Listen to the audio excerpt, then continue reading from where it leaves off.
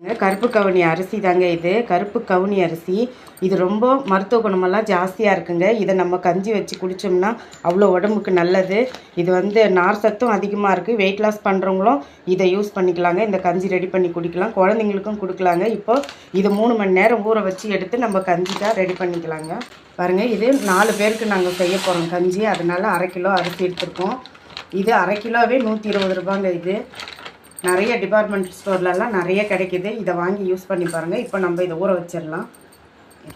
பாருங்கள், இது ஊற வைக்கும் போதே நல்லா கழுவிட்டு ஊற வச்சுருங்க. இந்த தண்ணியெல்லாம் ஊறின தண்ணி வேஸ்ட் பண்ணாதீங்க. அதையும் போட்டு நீங்கள் கஞ்சி காசும் போது யூஸ் பண்ணிக்கலாம். இப்போ இது 3 மணி நேரம் ஊறட்டுங்க. இது இப்போ நல்லா ஊறட்டும். 3 மணி நேரம் கழித்து நம்ம கஞ்சிக்கு ரெடி பண்ணலாம். பாருங்கள், நல்லா ஊறிடுச்சு. மிக்சி ஜாரில் போட்டு அரைக்க ஸ்டார்ட் பண்ணிடலாங்க. நல்லா ரவை பதத்துக்கு நம்ம அரைச்சி எடுத்து கஞ்சி காசு ரெடி பண்ணிக்கலாம்.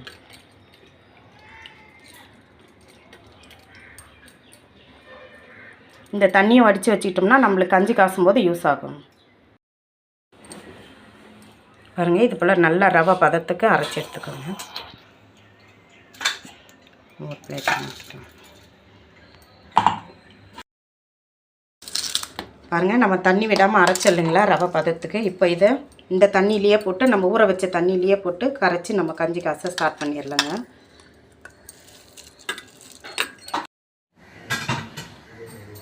பாருங்கள், நல்லா தண்ணி காஞ்சிருச்சு. இப்போ நம்ம 1 ஸ்பூன் சீரகம் போட்டுடலாங்க.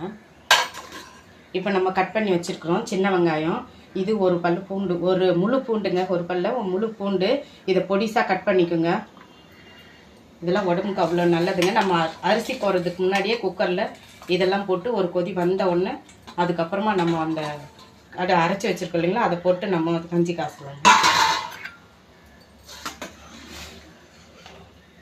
தேவையான அளவு உப்பும் போட்டுக்கலாம்.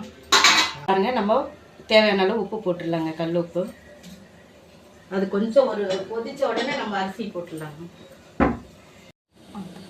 பாருங்கள், இப்போ நம்ம ரவை பதத்துக்கு அரைச்சி நல்லா அந்த தண்ணியிலே கரைச்சி வச்சுருக்கோம் இந்த கருப்பு கவுனி அரிசி. இப்போ நம்ம இதில் ஊற்றி நல்லா மிக்ஸ் பண்ணிடலாங்க. நம்ம கூழ் பதத்துக்கு ஊற்றி நம்ம கரைச்சிக்கலாம். எப்படின்னு குக்கர் பிடிக்குமா தானே. கொஞ்சம் நம்ம 1 ஸ்பூன் அளவு நெய் விட்டுடலாங்க.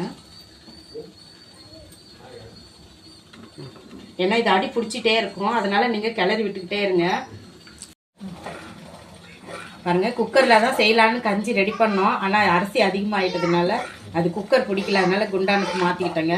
இதுக்கு அடி பிடிக்காமல் கிளறி விட்டுக்கிட்டே இருங்க. பாருங்கள், நல்லா சூப்பராக நல்லா வெந்துருச்சு. பாருங்கள், இதை நம்ம கொஞ்சம் சுடு தண்ணி வச்சு பக்கத்தில் எடுத்துக்கிட்டு, நம்மளுக்கு ரொம்ப கட்டியாக நீங்கள் ஸ்பூன் போட்டு சாப்பிட்ற மாதிரி இருந்தால் ஸ்பூன் போட்டு சாப்பிடுங்க. அப்படி லிக்விடாக வேணும்னா கொஞ்சம் சுடு தண்ணி நல்லா கொதிக்க வச்சுட்டு கூட நல்லா மிக்ஸ் பண்ணி நம்ம கூழ் பதத்துக்கு கரைச்சி நம்ம குடிக்கலாங்க. குழந்தைங்களுக்கு கொடுக்குறது அப்படியே ஸ்பூன் போட்டு கொஞ்சம் ஊட்டி விட்டுடலாம். சின்ன குழந்தைங்களுக்கு கொடுக்குற மாதிரி இருந்தாக்கா ஸ்பூன் போட்டு ஊட்டி விட்டுருங்க. நம்ம பெரியவங்க குடிக்கிறதா இருந்தாக்கா அப்படியே ஸ்பூன் போட்டு தின்னாலும் தின்னலாம், இல்லை நம்ம கரைச்சி கூழ் பார்த்து குடிச்சிக்கலாங்க. பாருங்க, சூப்பராக கருப்பு கவுனி அரிசி கஞ்சி ரெடி ஆயிருச்சு. சீரகம், சின்ன வெங்காயம் நம்ம பூண்டு இதெல்லாம் போட்டு நம்ம நல்லா கொஞ்சம் நெய் விட்டுருக்கோம். நல்லா சாஃப்டாகவும் கஞ்சி நல்லா கமகமன்னு இருக்கு. பாருங்க, இது ரொம்ப ஹெல்த்திங்க. இந்த சுகர், பிபி, இந்த நம்ம ஜிம்முக்கு போகிற பசங்க எல்லாருக்குமே இது நல்லா வெயிட்லெஸ் ஆகிறதுக்கும் நல்லா யூஸ் ஆகுங்க. நம்ம இதை லேடிஸ்களும் குடித்தாக்கா வயிறு சம்பந்தமான பிரச்சனைகளும் நல்லா தீர்வு கொடுக்குங்க. நிறைய நார் சத்து அதிகமாக இருக்குது இந்த கவுனி அரிசி கஞ்சியில். இப்போ ரெடி ஆயிடுச்சுங்க கவுனி அரிசி கஞ்சி. சூப்பராக இருக்கும். இது ஒரு வாய் வடையை கடிச்சு சாப்பிட்டோம்னா சூப்பராக இருக்குங்க.